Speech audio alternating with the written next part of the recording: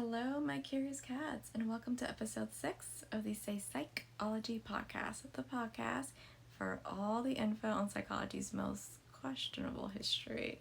I'm your host, Leslie Lopez, PhD student and psychology nerd. So listen, a few nights ago, I was out with some girlfriends for some dancing, karaoke, and it's just like a fun girls' night. And the bars usually, they close at 2, so we damn near made it past the last call. I do remember though, okay? The nights are a little fuzzy, but what I do remember is that by 1 a.m., I started to yawn, okay? It's just so embarrassing because what guy is getting by a drink for the girl just yawning in the corner over there, right?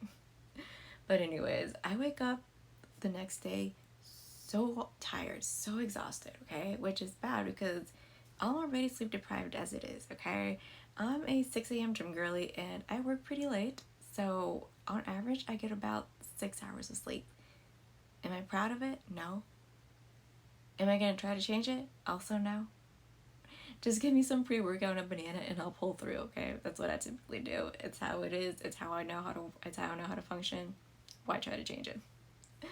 But like I said, I'm constantly sleep deprived as it is. So that morning, I got to thinking about a sleep experiment I learned about once in high school psychology class and then never really read or heard about again afterwards for some reason, but it kind of stuck with me.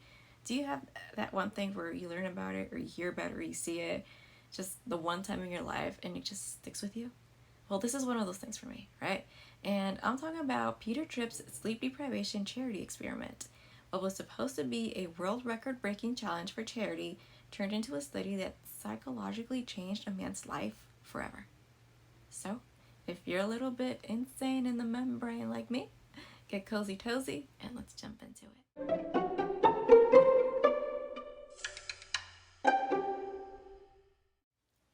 Okay, so our friend today is Mr. Peter Tripp, born a Gemini.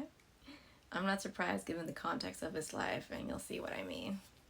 In the late 1950s, Peter Tripp was a pretty famous radio DJ in New York City. Now, don't think DJ like music, no. He was more of a radio jockey.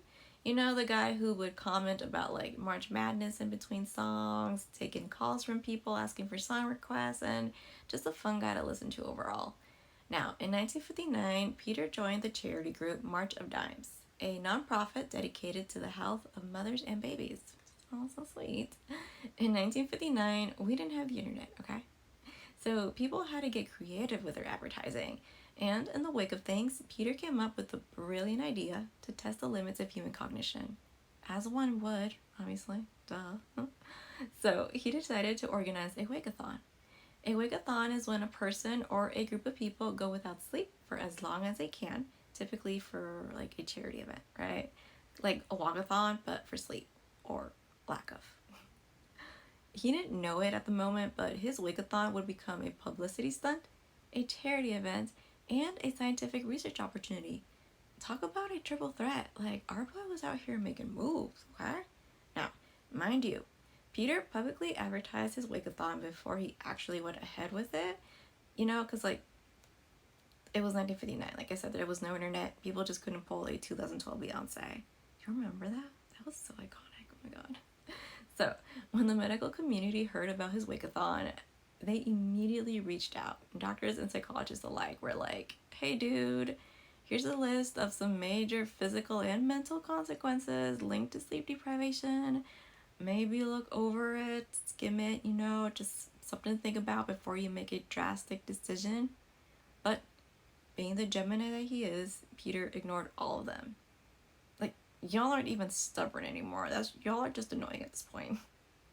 So, on January 26, 1959 at 6 a.m., radio DJ Peter Tripp sat in a glass window booth on the streets of Times Square for the whole world to see as he attempted to go 200 hours without sleep while he continued his radio broadcasting for the whole world. All right, day one. Day one was full of excitement for everyone, and Peter appeared confident, relaxed, and his usual DJ jock self. During the first few days, he received a lot of visits and phone calls from fans and celebrities, wishing him good luck and telling him how cool the whole thing was. And best of all, he was able to raise a lot of money for March of Dimes, which was the whole incentive in the first place, right? Although for the first few days he continued at his typical usual self, by the second day he did begin to show signs of anxiety and nervousness, which, like, no shit. There are times I have to go with like only 4 hours of sleep, and just that one day I feel like I'm literally dying. Like, oh my goodness, I can't imagine going more than 24 hours without sleep. Now, although Peter was advised multiple times by multiple doctors about why he shouldn't do it, when he ignored the doctor's advice, the doctors took it as an opportunity to, do their own research on short and long-term effects of major sleep deprivation. And during the whole 200 hours, Peter was being closely monitored by psychologists who specialized in sleep research to ensure he wasn't putting himself or anyone else in danger.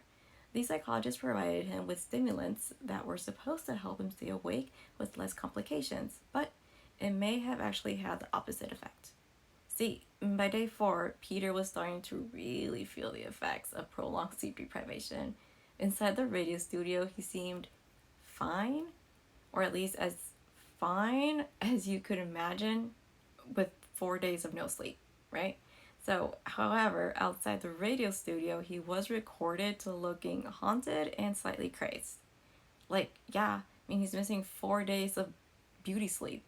Which, to be honest, he was kind of handsome, so, like, can you imagine? Okay. Now, aside from his appearance, Peter did begin to report hallucinations by day 4. He started imagining spiders crawling inside his shoes and mice scurrying all around him. Back in his hotel room, he once thought a drawer was on fire when he opened it. Also, back at his hotel, there was a man wearing one of those, like, long, fancy overcoats walking along the hotel hallway, and Peter freaked the fuck out, okay? Because he ran outside into the streets thinking that this poor innocent man was there to take him to the afterlife. The doctors, along with security, had to literally drag him back inside his hotel room. His paranoia and hallucinations began to affect the people around him too. Like, I'm not surprised. I can only imagine. He had convinced himself that his wife at the time was cheating on him, which led to loud and almost physical arguments between the two. He also began to take it out on the doctors who were in charge of ensuring that he was doing okay. Near the end, he was convinced that the doctors who were with him were conspiring against him, which led to physical attacks. Like, he literally jumped these doctors. He jumped them. And the doctors were unsure how to handle such madness. They were unable to test his physiological functions in the end anymore. They just kind of gave up. They're like, you know what? Dude, we don't know what to do with you. We've never seen this before. By the 8th day, Peter couldn't tell the difference between his paranoid delusions and reality. He had quite literally lost his mind. He had literally gone delulu. Now, this all started happening around day 4 for his wake-a-thon. Peter's goal was to make it to 200 hours, which is almost 8.5 days. Because Peter was so determined to make it to the 200-hour mark, the doctors who were monitoring him gave him kind of like a stimulant cocktail to help him stay functional.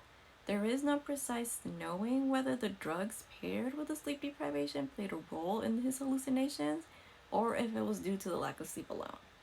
This is because before Peter, there had been studies done on people who had gone in X amount of time without sleep. Obviously not as long as Peter, because the 200-hour mark, he was going for a world record. Sleep deprivation has been used as torture and interrogation tactics for centuries.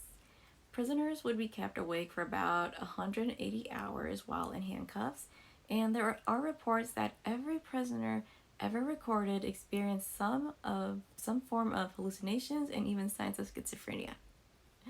In fact, the last case of U.S. military using sleep deprivation as a torture tactic was in 2009, which that's not too long ago if you put it into perspective, and this was going on even though it was made illegal by the UN in 2003. It explicitly states in the Geneva Convention that using sleep deprivation for torture is considered a form of physical and psychological torture. Okay, so back to Peter. As I've mentioned, there were a number of psychologists tracking and monitoring Peter's downward spiral, for lack of a better word. In the study of his little wake-a-thon stunt, they noticed a weird pattern in his brainwaves that followed along with his psychosis. They found that his hallucinations were happening roughly every 90 minutes. This pattern mimics the timing of REM sleep, which, as we enter into REM sleep, our brains become overtly active as it interprets different signals. It's during this point in which we dream. So basically, what the psychologist found was that the hallucinations that Peter was experiencing were waking dreams. His mind was following a regular sleep pattern of REM followed by dreams while his body was awake. That's insane. And it makes sense if you think about it actually. This man was practically walking around with his brain asleep, but his body was awake. In the end, Peter made it to a total of 201 hours of no sleep, thereby breaking the world record. Oh my god. Just oh my god. He then took a long, well-deserved 22-hour nap. Okay? Just can you imagine how good that must have felt? I can't remember the last time I took a nap, but I do know that just a 20-minute nap can make the whole difference in the whole world. Just can you imagine after 201 hours of no sleep, taking a 22-hour nap. Oh my god. I can't even imagine. I can't. Okay, so his little world record didn't exactly come with no long-term side effects, okay? Sadly, that's not how life works. After the study, Peter's life was never really the same, although at first he claimed that he was fine and went about living life the same way he did prior to the wake-a-thon. He soon began to show signs of continued psychotic symptoms, he kept seeing things that weren't there, and as well as emotional instability and mood swings and frequent migraines. These psychotic episodes and mood swings led to the divorce of his wife at the time and some other drastic life changes. He did end up losing his job at the radio station, although that had nothing to do with the wake-a-thon. He was actually caught in the middle of a payola scandal, which is when radio DJs would take bribes from artists to play their music more often, but that's a whole nother story. Ultimately, going over 200 hours without sleep did alter Peter's daily life. And it's not to say it was for nothing, because it did give the psychology community a great insight into how the brain can function after a prolonged period of sleep deprivation. Particularly in the pons and the medulla oblongata, these two areas of the brain are located at the top of the stem, and their function is essentially to relax our muscles and relax our limb movements so that we don't literally act out our REM sleep, which in a way it prevents us from literally doing what we do in our dreams. So if you've ever deep dive into what sleepwalking is about, it's crazy. It's really interesting how these two areas light up. I may actually have to do a whole episode on that. Let me know in the comments if you guys would like to see that. Right, but back to Peter again. Even though he broke the world record and is arguably one of the most famous cases on sleep deprivation, his record was quickly broken twice in the span of 6 years. Today, the world record for the most prolonged sleep deprivation is held by Randy Gardner, a 17-year-old who in 1964 went 264 hours without sleep. It's reported that he did show similar signs as Peter did in 1959, like hallucinations and paranoia, followed by similar long-term effects such as mood swings and short-term memory issues. He did all of this without stimulants though. So that's why people were debating if Peter's use of stimulants had anything to do with his side effects. And then this Randy guy, he didn't have stimulants, so that's why people were debating that. Honestly, how important can holding a world record be that you voluntarily subject yourself to prolonged sleep deprivation? Because honestly, I can get my 8 hours and still feel absolutely exhausted. I don't know about you, but well, you curious cats, thank you for tuning in to today's episode. I hope you've learned a thing or two. I know I did. I know I should work on fixing my sleep schedule. Yeah, sure, I should. Will I? Probably not. At least not in the near future. So, of course, if you enjoyed today's episode, please like, subscribe, and share with other curious cats. Please leave a comment and your thoughts on today's episode, and please leave any suggestions for future episodes, because I want to know what y'all want to know. Oh my god. And remember to please follow the podcast on Instagram at the Say Psychology Podcast. And as always, citations will be in the description if you want to check those out. Stay blessed, stay sane, and stay psyched. I love you. Bye.